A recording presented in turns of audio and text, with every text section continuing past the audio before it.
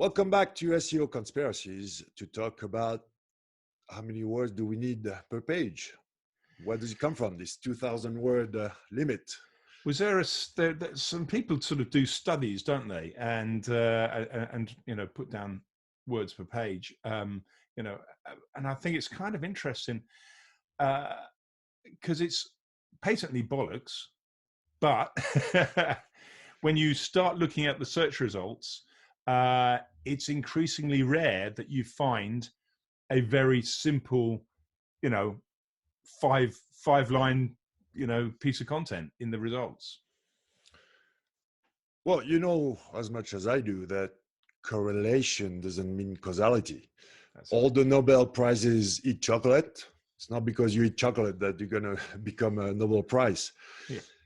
Meaning you can totally rank with, I think, below 300 words, there's not enough meat on the page.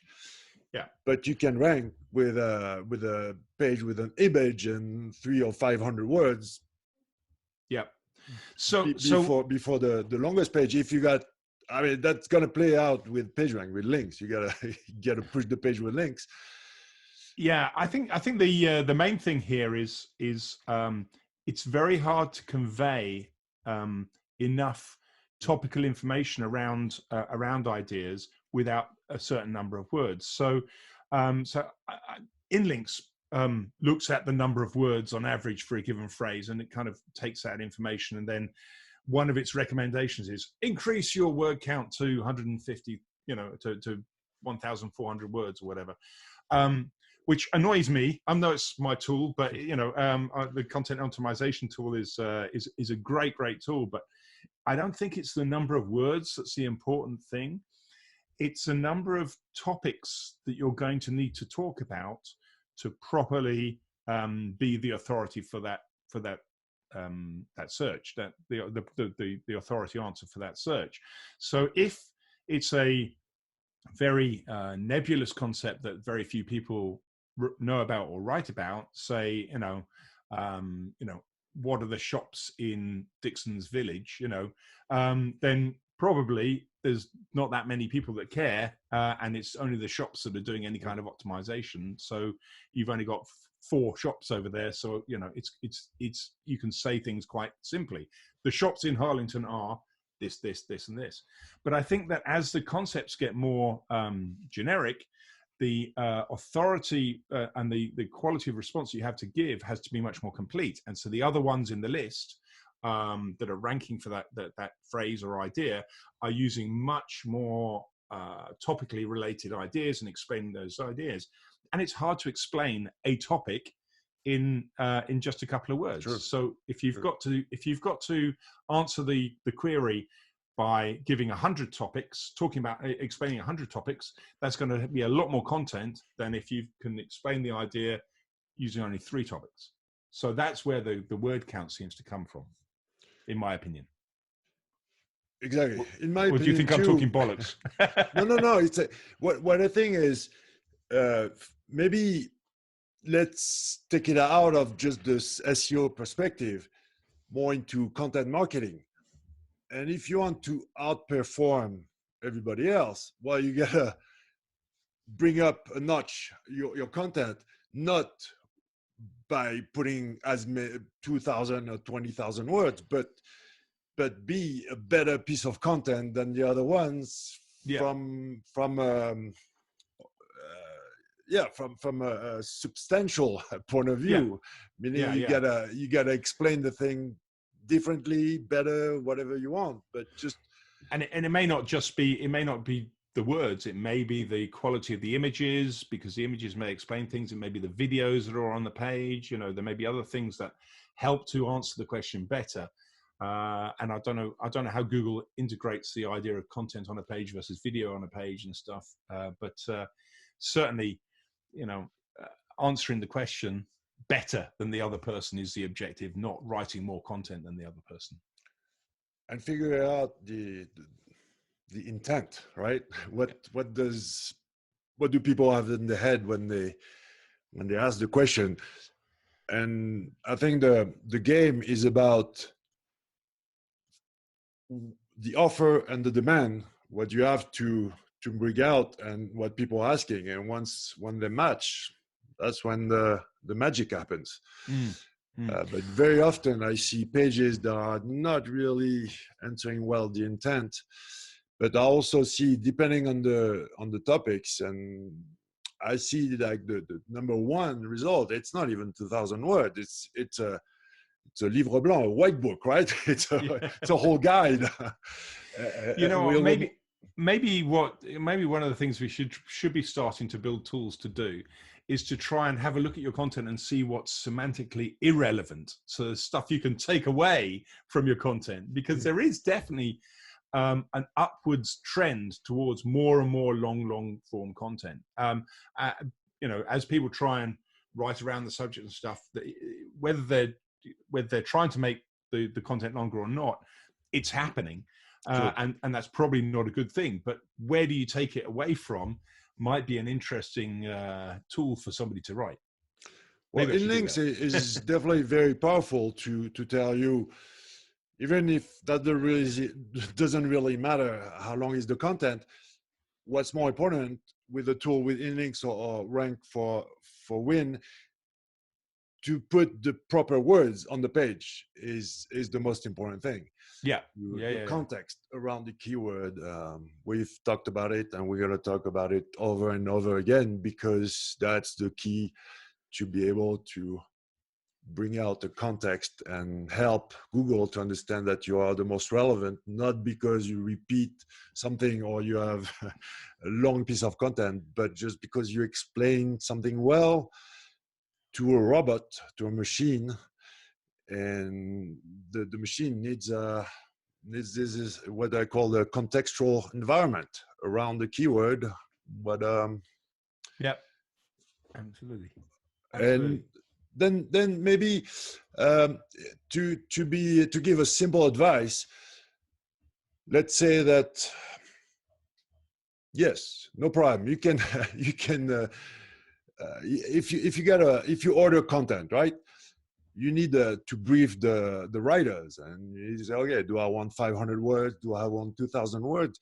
Beware also, stop words are tricky, because you can order 2,000 words from a writer, and that depends on writers. Some stop words are words of 3 characters or less. Mm-hmm. So you could have a 2,000 word count on Word, but then if you extract all the stop ifs words, and the buts and the else, you're only gonna have 1,500 or less. So beware also of the word count, because those little stop words are not that important for us. So Google, I mean, I don't know what they're doing now, but certainly, yes, they did. They used to go through the content, cut out the stuff, and there's lots of algorithms out there, continuous bag of words and other ones that pre-BERT, I suppose, that yes, they kind of analyzed things and took out those stop words. What is interesting, though, is that I think that a lot of those stop words do give meaning sometimes. So I don't know whether some of those stop words effectively break, by taking them out, they break the relationship between ideas. It's kind of a difficult thing to judge, but you lose some meaning when you lose some of the stop words. But I agree with you. The algorithms generally drop them. Let's rephrase it. I think it used to not count at all. I think now you're right that Google improved, and we see that they return different results if we use stop words or not. But in a general sense, small words, tiny words, has less meat. Less meaning. From a SEO standard, if we take like strong entities, TF, EDF, or words that what they call lexical density, right? Where all the nouns, the verbs, and all that stuff, that has a lot of meat. That has a lot of. There's another problem that I see, at least in our algorithms. We see a lot of people trying to write about an idea, and they come on our support and say, "But I've talked about I don't know, gardening, 20 times on the page and you haven't picked up the concept of gardening. And then when you look at, how they've written the content, they've not actually talked about gardening, what gardening is. They've written in a way that assumes the reader already knows what gardening is, and they're using it as a kind of sort of secondary kind of idea in every single sentence they're using. They're not answering the question of what is gardening, so therefore we've not picked up the topic of gardening as a concept. It's probably we would with gardening, but there's a lot of concepts and ideas that unless you have a heading that says, right, now we're going to talk about this and then answer that, then the algorithm doesn't pick that up, and therefore just assumes that you're using the words, not actually talking about the topic. So you're not answering the question for the user.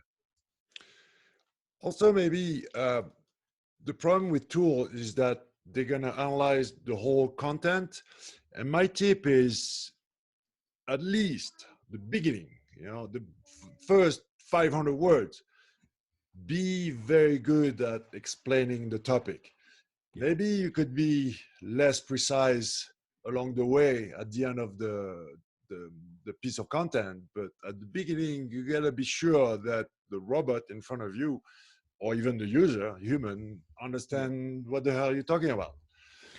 I think that that's really useful tip, and I think you can take it further. There's I used to do some in fact, I did a presentation in Paris this year at Jason Barnard's conference. I can't remember, and it was looking at the structure of Wikipedia articles. Wikipedia articles all follow a very, very specific structure.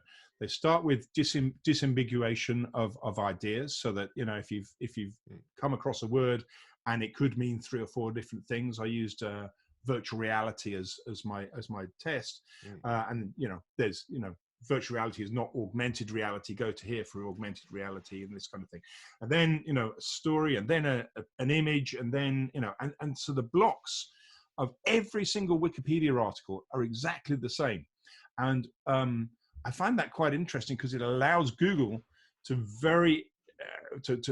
to easily understand those kind of concepts. Okay, the concepts may also be in Wikidata and stuff, but they've got all that information so structured that it becomes very easy for Google to treat that as a trusted seed source, and they can then use it as their data source for learning all the other stuff that the rest of the world learns about.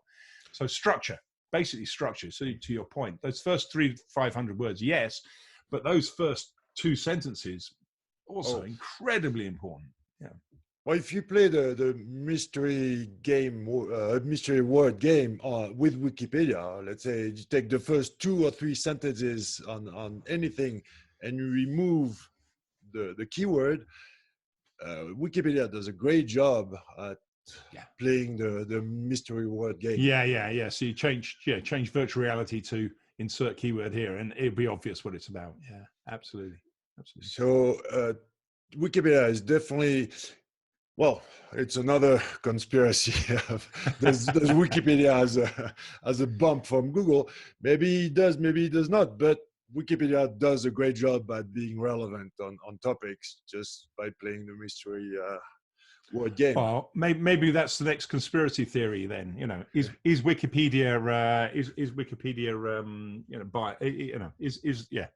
is Wikipedia in league with Google? And furthermore, the concept of the whitelist, right? I don't know if you remember, there was this whole idea that Google has a list of very trusted websites, and let's save that for the next one. All right. Okay. Cheers.